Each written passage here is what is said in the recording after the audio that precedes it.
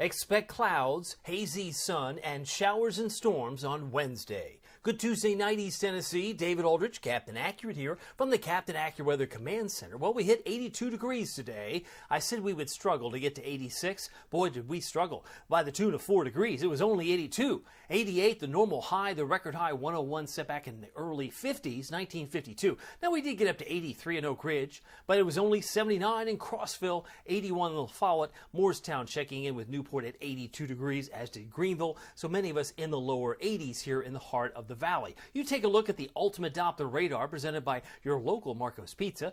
Most of the showers are widely scattered up toward Claiborne County, near Tazewell, across parts of central Scott County, not far from Oneida, and just north of Wartburg there, mainly in the red areas north of Wartburg in Morgan County. So they are widely scattered. But if we rewind the tape, let's go back 12 hours, maybe 8 hours. Yeah, let's go 80 hours. Rewind it. You can see there were some downpours around Decatur, Madisonville. Some of us had some downpours in Scott County, Campbell County earlier today.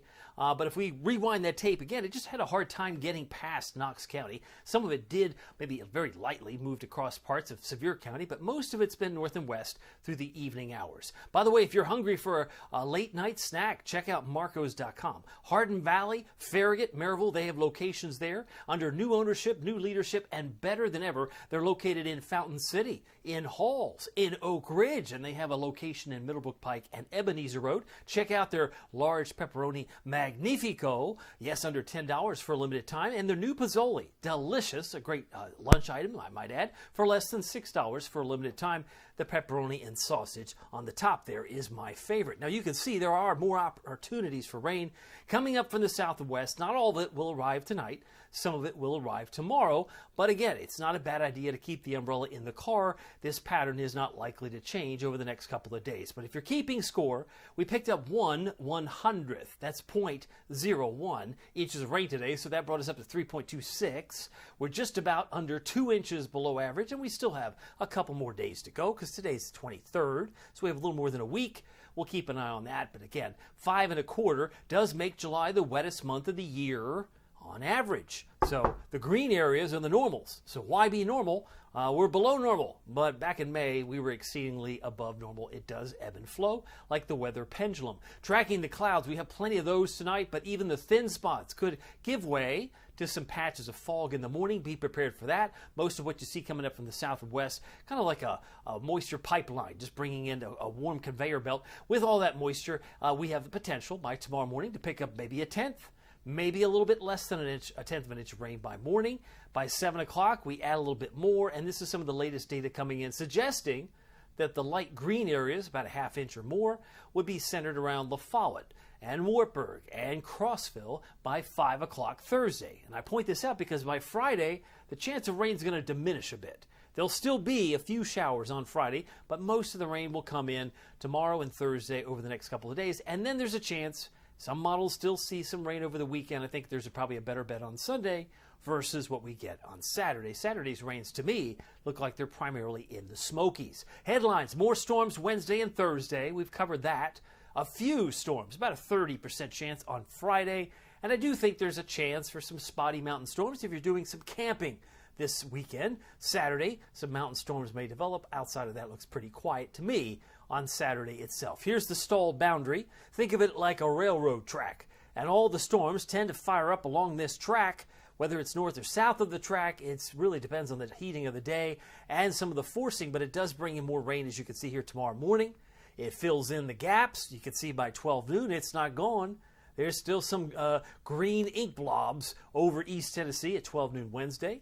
We head into 5 o'clock, 5:15, scattered as it may be, and then there's more reinforcements tomorrow night. That's Wednesday night into Thursday, and so it goes. And these fronts, while they may drift less than 5 miles an hour, and that's all it takes, it's not going to necessarily stall like it doesn't move at all, but if it's drifting less than 5 miles an hour, you could call it a stall boundary, and it's just going to drift, and then collide with another system there on Thursday evening from the north, like a squeeze play. But all that energy has to go somewhere. It's going to bring in more rain. And then a little bit of a break, I think, on Friday. Just a 30% chance of rain, I think, as that front gets further south of Atlanta.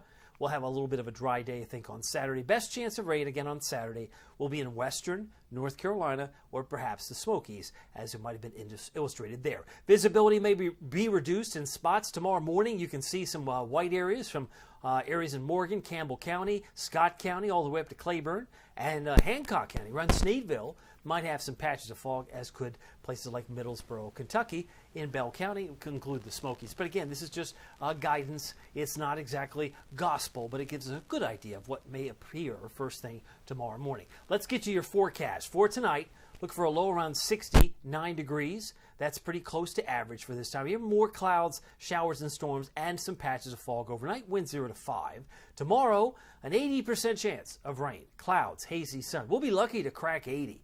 Now, again, if I said we'd struggle to get to 86 and we only got to 82, I think we're going to struggle to get to 79. Some of you will be at 76. Some of you will be at 77. Oh, I got to 79. If we hit 80, I think more places than not will not be 80, as you can see illustrated here on my tomorrow map. Everybody's in the 70s, virtually everybody, the exception of maybe Sevierville, Tellico Plains, and Athens. I even got La Follette at 81. But many of us will be in the mid to upper 70s tomorrow, so plan on. It's going to be a sticky upper 70s for your Wednesday afternoon with an 80% chance of some rain showers. Here's your Captain Accurate Weather Authority forecast for Knoxville in East Tennessee. So 79 tomorrow, one of the cooler days. Thursday's really not much warmer, with a 60% chance. We've got rain at 60, 81 degrees Thursday. And then it does get a little warmer. I think we have a shot of hitting 91 on Sunday. Chance of rain, I said, mountains, 20% Saturday, but a 40% chance of rain on Sunday, and then a better bet coming in Monday, Tuesday. So it's like trying to follow the bouncing ball. In this case, the stalled boundary, the stalled front. Will it drift northward? Will it hang out here for a couple of hours or days? We'll have to wait and see.